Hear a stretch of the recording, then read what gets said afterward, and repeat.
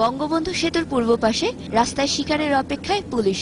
হঠাৎ আসা কিছু আমবোঝাই ট্রাক তাদের জন্য এনে দিল স্বর্ণ সুযোগ। টাকাটা হাত বাড়িয়ে নিতেই হঠাৎ ২১-এর ক্যামেরা দেখে বিব্রত তারা।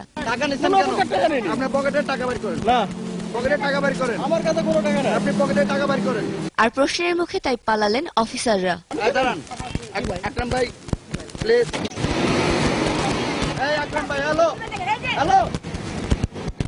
বাকি ছিল চাঁদার টাকা হাতে নেয়া ইন্সপেক্টর। টাকা কেন নেওয়া হচ্ছে এর কোনো সদুত্তর দিতে না পেরে উত্তেজিত হয়ে ওঠেন তিনি।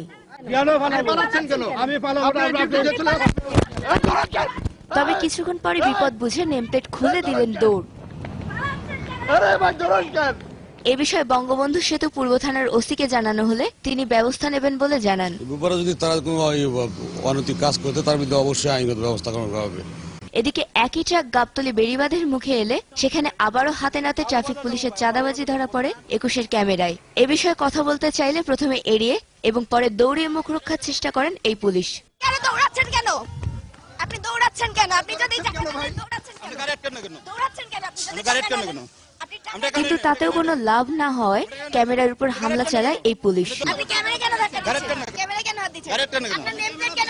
পরে জনরোষে পড়ে নিজেই পালানোর পথ খোঁজে সে।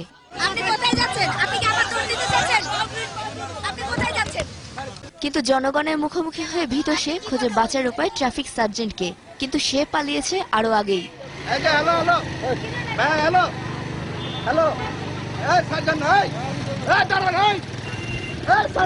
এর আগে রাতে ওই ট্রাকের পিছনে যেতে গিয়ে রাজশাহীতে দেখা যায় শ্রমিক সংগঠনের নামে নিশ্চিন্তে চলছে চাঁদাবাজি।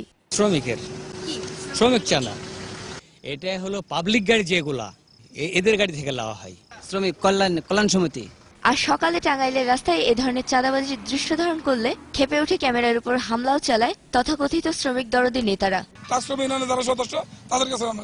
অবশেষে এত সব ঝামেলা পেরিয়ে ট্রাকটি পৌঁছায় বাদামতলীতে আমের আড়তে। আসার পথে শ্রমিক নেতারা এবং পুলিশ আপনার কাছ থেকে কি কি চাঁদা নিয়েছে? না, কোনো চাঁদা লাগে না। আমরা তো আসার পথে বেশ কয়েকবার দেখলাম আপনাকে থামিয়ে চাঁদা নেওয়া হলো। না, এগুলো বাদ দেন। দর্শক, চাঁপাইনবাবগঞ্জের থেকে এই বাদামতলী পর্যন্ত মোট 5 বার পুলিশের এবং 2 বার শ্রমিক নেতাদের কাছে চাঁদাবাজির সম্মুখীন হয় এই ট্রাক ড্রাইভার। আমরা প্রথম থেকে শেষ পর্যন্ত তাদেরকে অনুসরণ করে এই দৃশ্য দেখতে পাই। তারপরও এই পুলিশ এবং শ্রমিক নেতাদের ভয়ে এই ট্রাক ড্রাইভার বলতে রাজি নয় যে চাঁদাবাজিটি হয়েছে।